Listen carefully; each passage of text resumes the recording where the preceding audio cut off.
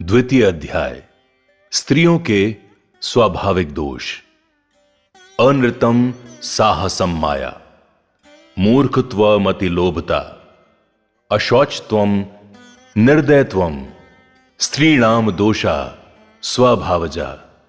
झूठ बोलना, उतावलापन दिखाना, दुस्साहस करना, छल कपट करना, मूर्खतापूर्ण काम करना, लोभ, अपवित्रता और निर्दयता, ये सभी स्त्रियों के स्वाभाविक दोष हैं। स्त्रियों में यह प्रवृत्ति जन्म से होती है। वे अपने दुस्साहस से कोई भी ऐसा काम कर सकती हैं जिस पर भरोसा नहीं किया जा सकता। चाणक्य उपर्युक्त दोषों को स्त्रियों का स्वाभाविक गुण मानते हैं। हालांकि वर्तमान दौर की शिक्षित स्त्रियों में इन दोषों का होना जरूरी नहीं है। जीवन सुख। भोज्यम भोजन शक्तिश्च, रतिशक्तिर्वरांगना, विभवो दान शक्तिश्च, नाल्पस्य तपसः फलम। भोजन के लिए अच्छी चीजों का मिलना, उन्हें पचाने की शक्ति का होना, सुंदर स्त्री के साथ संसर्ग के लिए काम शक्ति का होना, प्रचुर धन के साथ साथ दान देने की इच्छा होना, ये सभी सुख मनुष्य को बहुत मुश्किल से मिलते हैं। चाणक्य के अनुसार अच्छे भोजन के साथ उसे पचाने की शक्ति का होना, अच्छी जीवन संगिनी के साथ शारीरिक शक्ति, पौरुषता एवं निरोगी होना, धन के साथ दान देने की प्रवृत्ति का होना दुर्लभ होता है। यस्य पुत्रो वशीभूतो, भार्या छंदानुगामिनी, विभवे यश्च संतुष्टस्य, स्वर्ग इहैवहि। जिसका पुत्र नियंत्रण में रहता है, जिसकी पत्नी उसकी इच्छा के अनुसार कार्य करती है, और जो व्यक्ति अपने धन से पूरी तरह संतुष्ट होता है, उसके लिए पृथ्वी ही स्वर्ग के समान है।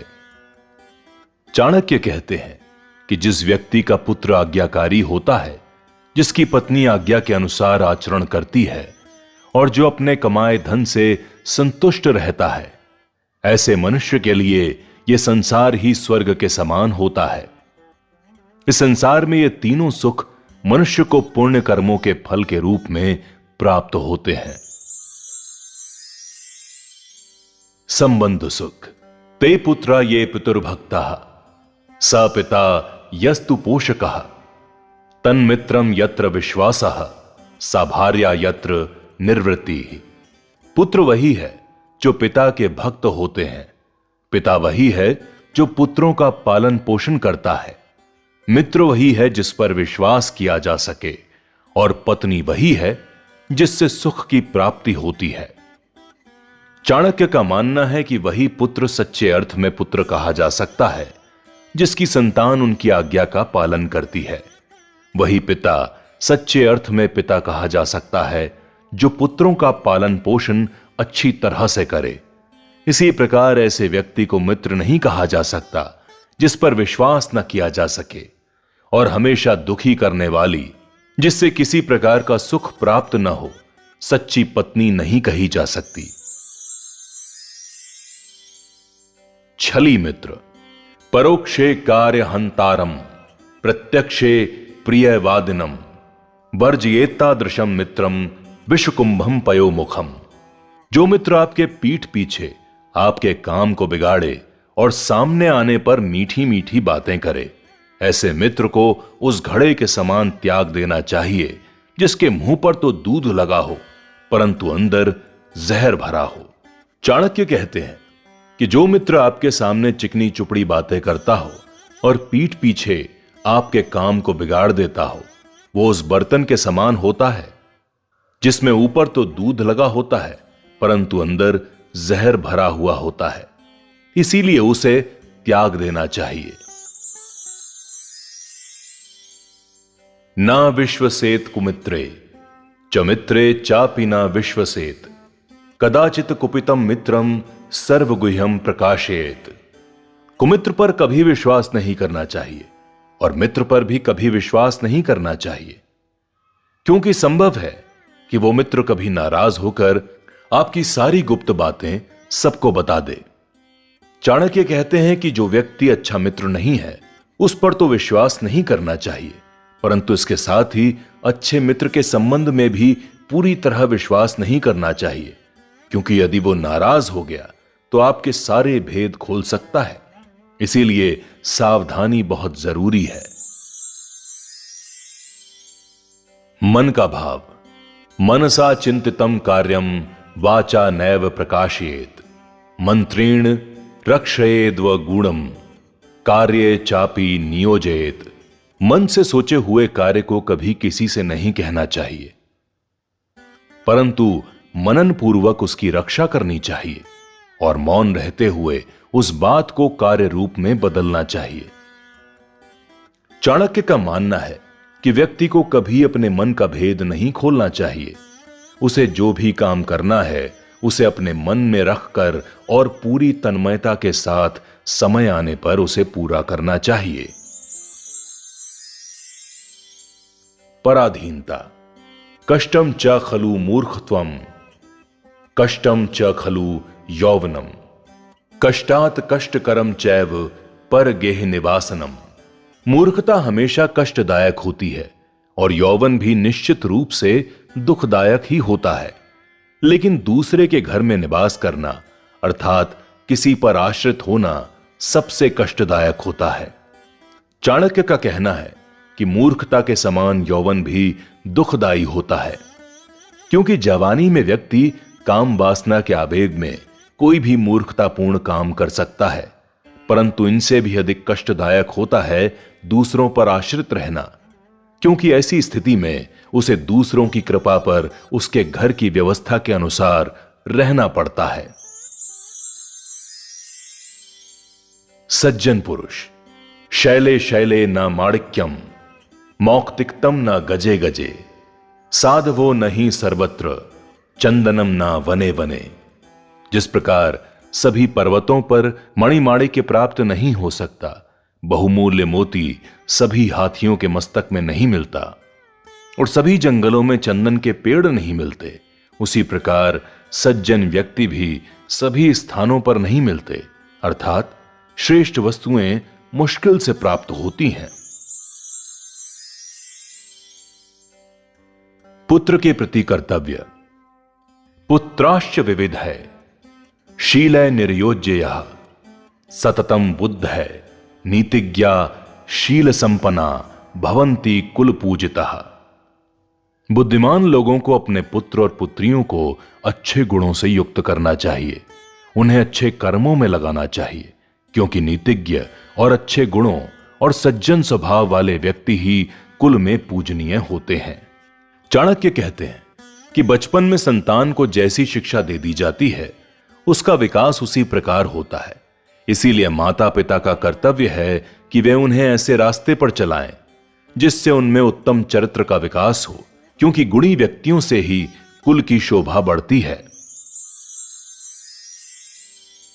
माता शत्रुः पिता वैरी याभ्याम बाला न पाठितः सभा मध्य न शोभन्ते हंस मध्य बको यथा।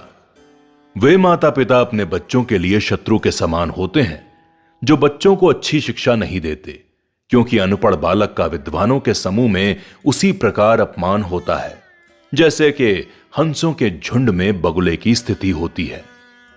चाणक्य कहते हैं कि शिक्षा विहीन मनुष्य बिना पूंछ और सींग के जानवर के जैसा होता है। इसीलिए माता पिता का कर्तव्य है कि वे बच्चों को ऐसी शिक्षा दें जिससे वे समाज की शोभा को बढ़ा सकें। लालनाद बहवो दोषास्ताड़नाद बहवो गुणः तस्मात् पुत्रम च शिष्यम च ताड़येन्न तू लालयेत। बहुत ज्यादा लाड़ प्यार से पुत्र और शिष्य में बहुत से दोष उत्पन्न हो जाते हैं। उनको दंड देने से उनमें गुणों का विकास होता है, इसीलिए उन्हें अधिक लाड़ प्यार नहीं करना चाहिए, उनको दंड भी देते रहना चाहिए। चाणक्य कहते हैं कि अधिक लाड़ प्यार करने से बच्चों में अनेक दोष उत्पन्न हो जाते हैं। इसीलिए यदि वे कोई गलत काम करते हैं तो उसे नजरअंदाज करके लाड़ प्यार करना उचित नहीं। बच्चे को डांटना भी जरूरी है ताकि वे गुणों की ओर आकर्षित होकर दोष ग्रहण करने से बचें। स्वाध्याय। श्लोकेन व तदर्धेन तरधार्धाक्षरेण व अबंध्यम दिवसम कुर्याद्यानाध्ययन कर्म भी। प्रत्येक व्यक्ति को प्रतिदिन वेद मंत्र के एक श्लोक का अध्ययन, चिंतन और मनन जरूर करना चाहिए। यदि वो पूरे श्लोक का चिंतन मनन नहीं कर सकता तो उसके आधे अथवा उसके एक भाग का या फिर एक अक्षर का ही प्रतिदिन अध्ययन करना चाहिए। चाणक्य कहते हैं कि मनुष्य का जन्म बहुत सौभाग्य से मिलता है, इसीलिए हमें अपना अधिक से अधिक समय वेद आदि शास्त्रों के अध्ययन में तथा दान जैसे अच्छे कामों में ही सदुपयोग करना चाहिए। आसक्ति कांता वियोगः स्वजनापमानम ऋणस्य शेषः कुनृपस्य सेवा दरिद्र भावो विषमा सभा च विनाग्निमेते प्रदहन्ति कायम। प्रिय पत्नी का वियोग, बंधुओं से प्राप्त अपमान, कर्ज युक्त रहना, दुष्ट मालिक की सेवा, निर्धन बने रहना और स्वार्थियों के साथ रहना, ये सब बातें बिना आग के ही हमें जलाती रहती हैं। चाणक्य कहते हैं कि जिस प्रकार पत्नी के वियोग का दुख, अपने भाई बंधुओं से प्राप्त अपमान का दुख असहनीय होता है, उसी प्रकार कर्जे से दबा व्यक्ति भी हर समय दुखी रहता है। दुष्ट राजा की सेवा में रहने वाला नौकर भी दुखी रहता है। गरीबी का अभिशाप भी मनुष्य कभी नहीं भूल पाता। इनसे व्यक्ति की आत्मा अंदर ही अंदर जलती रहती है।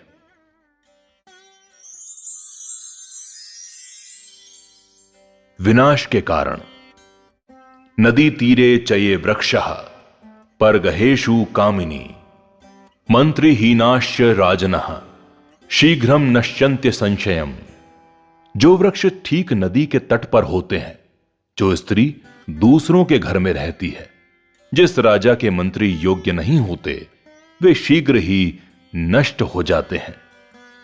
चाणक्य कहते हैं नदी के किनारे स्थित वृक्षों का जीवन अनिश्चित होता है, क्योंकि नदियां बाढ़ के समय अपने किनारे के पेड़ों को उखाड़ देती हैं। इसी प्रकार दूसरे के घरों में रहने वाली स्त्री भी किसी समय पतन के मार्ग पर जा सकती है। इसी तरह जिस राजा के पास अच्छी सलाह देने वाले मंत्री नहीं होते, वो भी बहुत समय तक सुरक्षित नहीं रह सकता। व्यक्ति का बल। बलम विद्या च विप्राणाम राज्ञाम सैन्यम बलम तथा बलम वित्तम च वैश्यानाम शूद्राणाम पारिचर्यकम। ब्राह्मणों का बल विद्या है, राजाओं का बल उनकी सेना, वैश्यों का बल उनका धन है और शूद्रों का बल दूसरों की सेवा करना है। चाणक्य कहते हैं ब्राह्मणों का कर्तव्य है कि वे विद्या ग्रहण करते रहें, राजा का कर्तव्य है कि वे सैनिकों द्वारा अपने बल को बढ़ाते रहें, वैश्यों का कर्तव्य है कि वे व्यापार द्वारा धन को बढ़ाते रहें और शूद्रों का कर्तव्य है कि श्रेष्ठ लोगों की सेवा करते रहें। दुनिया की रीति। निर्धनम पुरुषम वेश्या प्रजा भग्नम नृपम त्यजेत खगावीत फलम वृक्षम भुक्त्वा चाभ्यागतो गृहम। वेश्या निर्धन पुरुष को, प्रजा हारे हुए राजा को, पक्षी फल विहीन वृक्ष को, अतिथि भोजन करने के बाद उस घर को त्याग कर चले जाते हैं। चाणक्य कहते हैं कि जिस तरह वेश्या धन के समाप्त होने पर पुरुषों से मुंह मोड़ लेती है, उसी तरह जब राजा शक्तिहीन हो जाता है तो प्रजा उसका साथ छोड़ देती है। इसी प्रकार वृक्षों पर रहने वाले पक्षी भी तभी तक किसी वृक्ष पर बसेरा करते हैं जब तक उन्हें उस वृक्ष से फल प्राप्त होते हैं। अतिथि का जब पूरा स्वागत सत्कार कर दिया जाता है तो वो भी उस घर को छोड़ देता है। यही प्रकृति की उपयोगिता समाप्त हो जाने के बाद वस्तु के प्रति बदले दृष्टिकोण का संकेत है। गृहीत्वा दक्षिणाम विप्रास्य जंती यजमानकम प्राप्त विद्या गुरुम शिष्या दग्धारण्यम मृगास्तथा। ब्राह्मण दक्षिणा प्राप्त करने के बाद यजमान के घर को, विद्या प्राप्त करने के बाद शिष्य गुरु के आश्रम को और आग लग जाने पर हिरण आदि पशु उस जंगल को छोड़कर चले जाते हैं। चाणक्य कहते हैं, यदि कोई व्यक्ति किसी विशेष प्रयोजनवश किसी के पास जाता है तो अपना काम पूरा हो जाने पर उसे वो स्थान छोड़ देना चाहिए। चाणक्य के अनुसार यही उचित व्यवहार है। लक्ष्य पूरा होने पर उपयोगिता ह्रास का नियम लागू हो जाता है। दुष्कर्म के परिणाम। दुराचारी दुरादृष्टिर दुराहवासी च दुर्जनः यन मैत्री क्रियते पुनभिर्नरः शीघ्रम विनश्यते। बुरे चरित्र वाले, बिना किसी कारण दूसरों को हानि पहुंचाने वाले तथा अशुद्ध स्थान पर रहने वाले व्यक्ति के साथ जो पुरुष मित्रता करता है वो शीघ्र ही नष्ट हो जाता है। चाणक्य ने यहां पर कुसंगति से बचने का निर्देश दिया है। वे कहते हैं कि मनुष्य की भलाई इसी में है कि वो जितनी जल्दी हो सके दुष्ट व्यक्ति का साथ छोड़ दे, क्योंकि संगति का प्रभाव पड़े बिना नहीं रह सकता। मित्रता। समाने शोभते प्रीति राज्ञी सेवा च शोभते वाणिज्यम व्यवहारेषु स्त्री दिव्या शोभते ग्रहे। मित्रता बराबरी वाले व्यक्तियों से ही करना ठीक रहता है। नौकरी राजा की अच्छी होती है। व्यवसाय में सबसे अच्छा काम व्यापार करना होता है। इसी प्रकार उत्तम गुणों वाली स्त्री की शोभा घर में ही होती है। चाणक्य उत्तम लोक व्यवहार की शिक्षा देते हुए कहते हैं कि व्यक्ति को अपनी मित्रता समान स्तर के लोगों के साथ ही रखनी चाहिए। सरकारी नौकरी सर्वोत्तम होती है और अच्छे व्यापार के लिए व्यवहार कुशल होना जरूरी है। इसी तरह सुंदर व सुशील स्त्री घर में ही शोभा देती है।